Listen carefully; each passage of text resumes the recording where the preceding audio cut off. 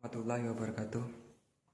Perkenalkan, nama saya Heri Subandri dari Fakultas Ekonomi jurusan Akuntansi, kelas di P2KK Ar-Razi. Ingin menjelaskan tentang konflik manajemen. Latar belakang masalah, setiap manusia atau setiap orang pasti pernah mengalami yang namanya konflik. Entah itu konflik dengan keluarga, konflik dengan teman, konflik dalam percintaan, apapun itu.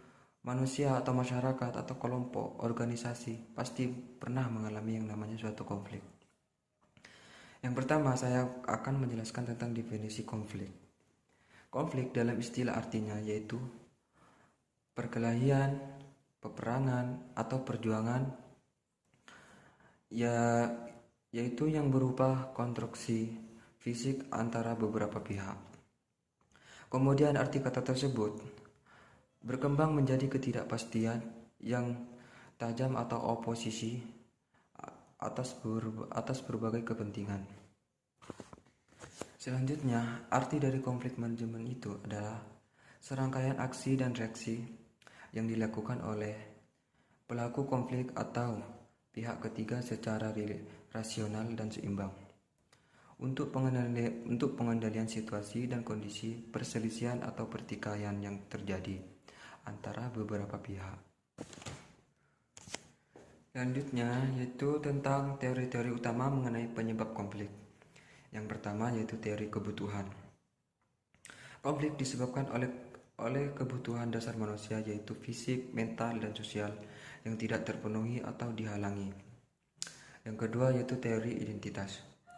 Konflik disebabkan oleh identitas yang terancam yang berakar dari hilangnya sesuatu atau penderitaan di masa lalu.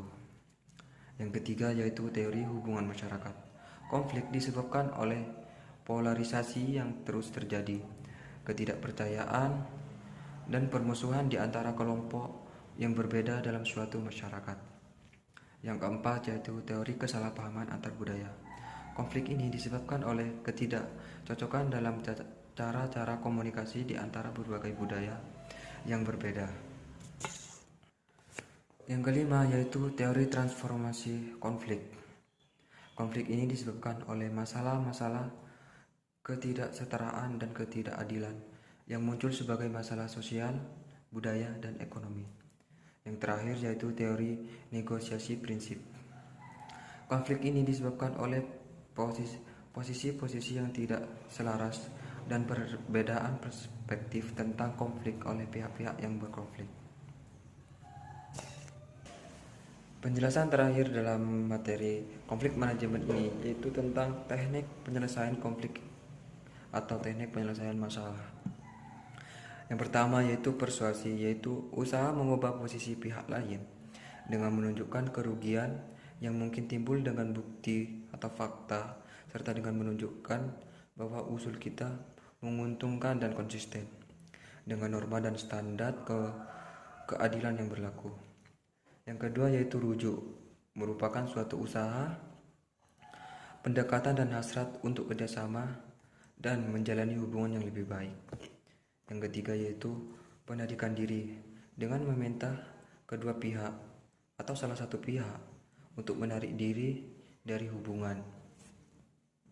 Selanjutnya yaitu pemecahan masalah terpadu dengan memadukan kebutuhan kedua belah pihak. Yang kelima yaitu tawar-menawar dengan saling mempertukarkan konsesi yang dapat diterima. Yang keenam yaitu pemaksaan dan penekanan. Cara ini memaksa dan menekan pihak lain agar menyerah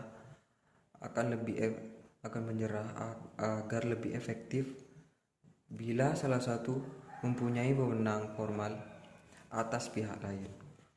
Dan yang terakhir yaitu intervensi atau campur tangan pihak ketiga. Apabila pihak yang bersangkutan tidak bersedia berunding atau usaha kedua pihak menemui jalan buntu, maka pihak ketiga dapat dilibatkan dalam penyelesaian konflik ini. Jadi kesimpulannya yaitu dalam setiap konflik, dalam setiap permasalahan, kedua belah pihak harus mempunyai rasa saling mengerti atau rasa saling memahami pendapat agar masalah itu atau agar konflik itu cepat terselesaikan. Namun apabila kedua belah pihak tidak menemukan solusi, tidak bisa saling memahami, maka pihak ketiga pun bisa menyelesaikan masalah tersebut atau bisa terlibat dalam konflik tersebut.